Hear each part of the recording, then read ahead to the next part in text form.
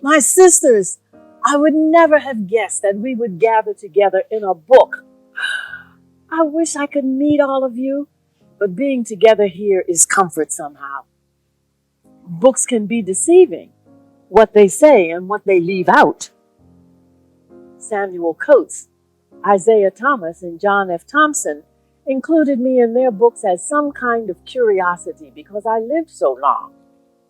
They thought I lived to be 116, but truly I passed on when I was 108 years old. They talked about me in their books in 1802, again in 1830, and once more in 1856. But those authors didn't know me, not me, the person that is. They never said anything about my parents. My father, Madagascar Jack, came from Madagascar, and my mother, Sarah, came from somewhere in West Africa, I'm not sure where. They were bought by William Penn's rich Quaker friend, Samuel Carpenter, who brought them with him to Philadelphia from his sugar plantations in Barbados. Those Quakers were struggling with whether slavery should be countenanced, but their decision came too late for me. I was born enslaved right here in Philadelphia in 1694. Carpenter had taverns in Philadelphia and in Bristol, Pennsylvania. I worked in those taverns from the time I was 4 or 5 years old up until I was about 21.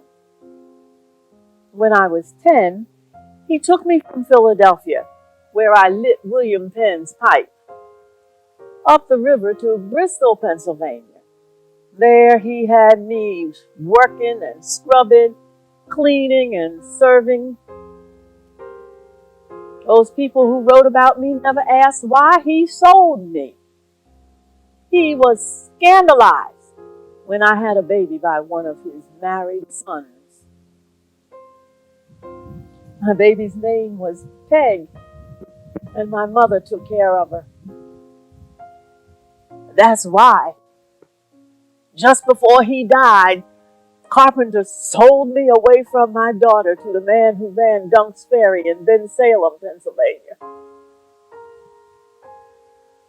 I never let anyone see the bitterness that welled up in my heart. Those men who wrote about me said I was always cheerful and pleasant, but they didn't know anything about the real me.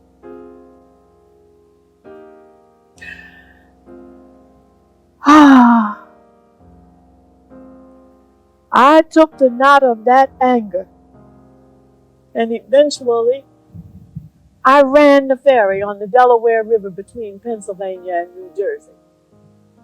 I rowed, I ran the cruise, I kept track of where the sandbars were in the river.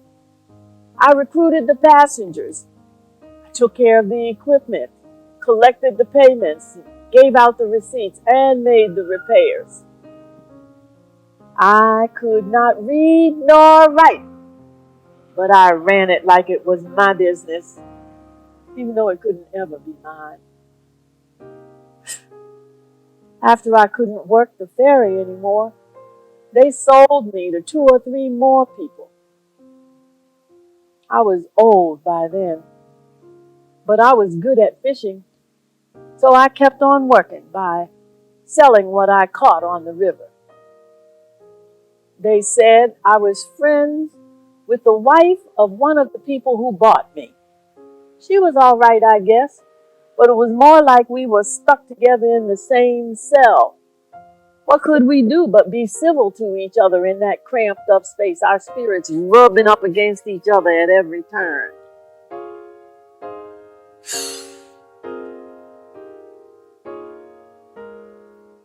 Lord, Lord, Lord.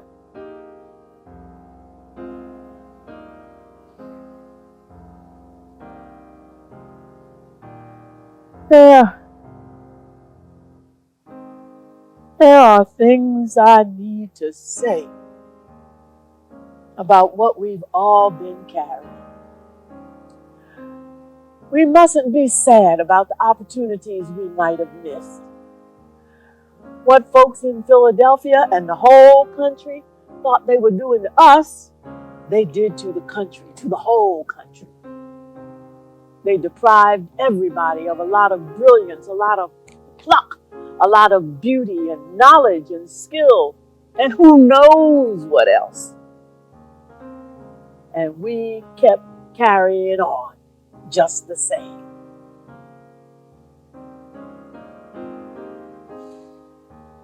I am proud of all of you. I never thought my sisters would figure out ways to build thriving communities and keep them together. It makes me smile when I see you've climbed to the top of the business and civic life of the city. I like to think that the business I ran was just a tiny gleam in the eye compared to what you've done. You helped free our minds through education, our bodies through protest, and our spirits through the abiding faith that our Creator did not leave us here to wither. You communicated through the printed word. You knew our bodies needed care, and you provided it. You reached out to wrangle justice from this government, and you shouted our joy. With competitive fire, you excelled in sports. You used pens and brushes, your voices, instruments, and even your swaying bodies to build monuments to our humanity, to what others couldn't or wouldn't see. And you did all this while picking your way through traps and obstacles laid down by men and women. And now, here we are together. I am Black Alice, or some called me Alice of Dunk's Ferry. I am the first Black woman born of African parents in Philadelphia, whom history records. And I am proud to be your sister.